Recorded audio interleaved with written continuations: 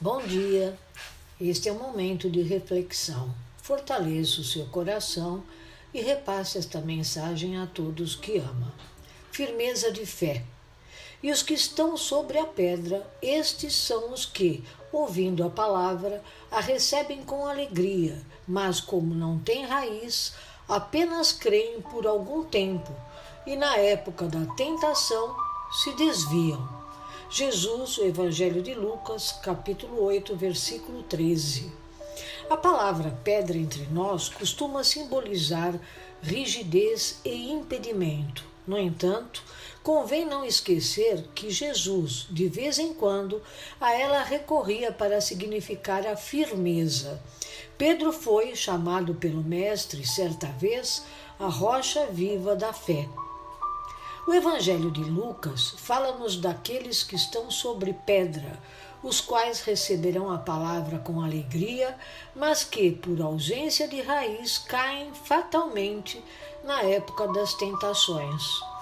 Não são poucos os que estranham essa promessa de tentações, que, aliás, devem ser consideradas como experiências imprescindíveis.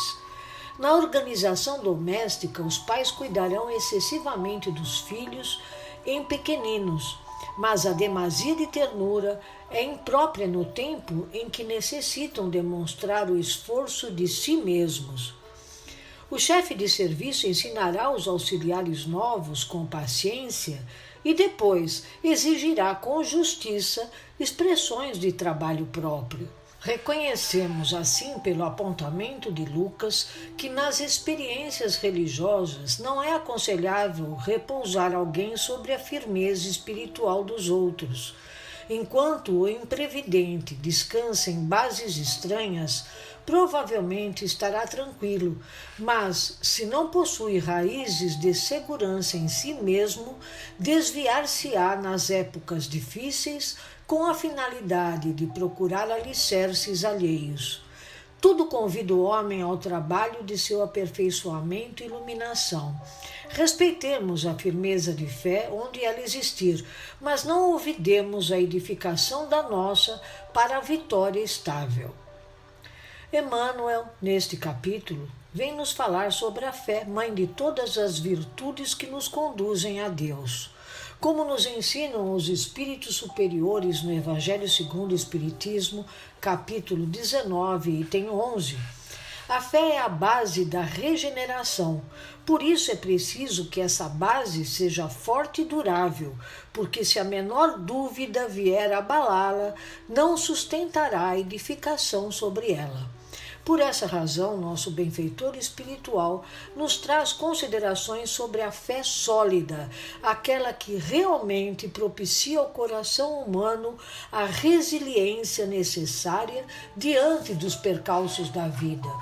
Vale-se o autor do versículo de Lucas, que traz a explicação de Jesus sobre o solo pedregoso, parte da parábola do semeador, onde a semente cai, a planta cresce, mas sua raiz, não tendo profundidade, não consegue se firmar absorvendo os recursos que o solo lhe oferece para suprir suas necessidades. E quando as intempéries surgem, a planta então fenece por não encontrar os suprimentos que necessita para a sua sobrevivência.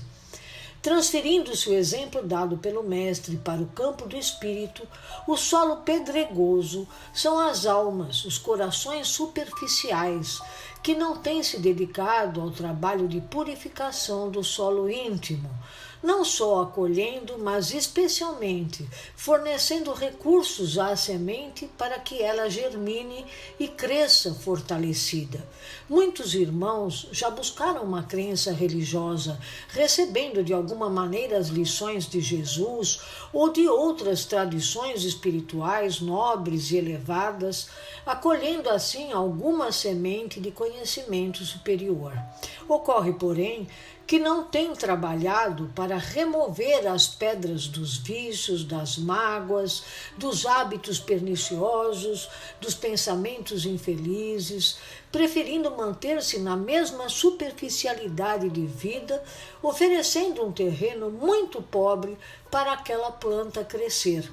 Quantos não são os que ouvem as mensagens, leem o Evangelho, se emocionam, sentem-se tocados, ansiando por mudança de vida, de atitudes, mas não perseveram nesse propósito? Especialmente quando surgem os desafios maiores, porque depois da semente recebida, esperemos o momento do testemunho de nossa fé, os momentos de aferição de quanto temos aproveitado os recursos recebidos do alto. As tentações a que Jesus se refere são exatamente as dificuldades que nos põem à prova, onde somos chamados a testemunhar nossa fé. A finalidade de estarmos na matéria, isto é, encarnados, é conviver com as dificuldades, com os desafios, porque é assim que se forja o verdadeiro caráter moral do indivíduo. É na luta diante dos desafios, das tentações, que aferimos realmente se temos construído a virtude da fé.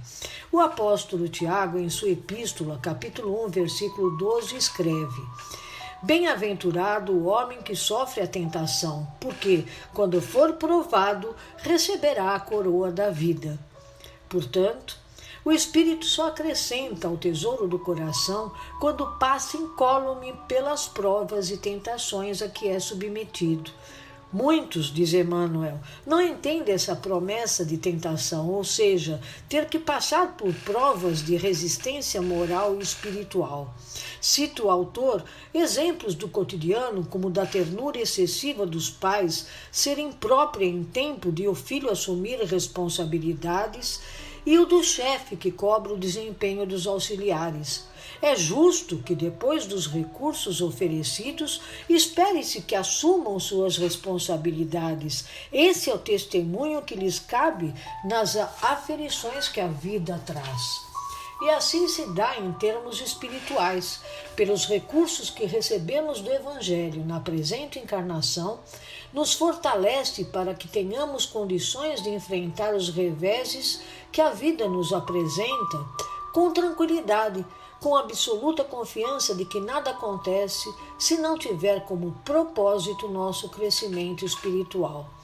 A misericórdia divina é tão previdente e absoluta que sempre nos fornece recursos, nos preparando e fortalecendo para enfrentarmos as lutas que estão por vir. A própria natureza nos ensina, pois antes do inverno vem o verão e o outono, para que possamos juntar recursos para o inverno da prova.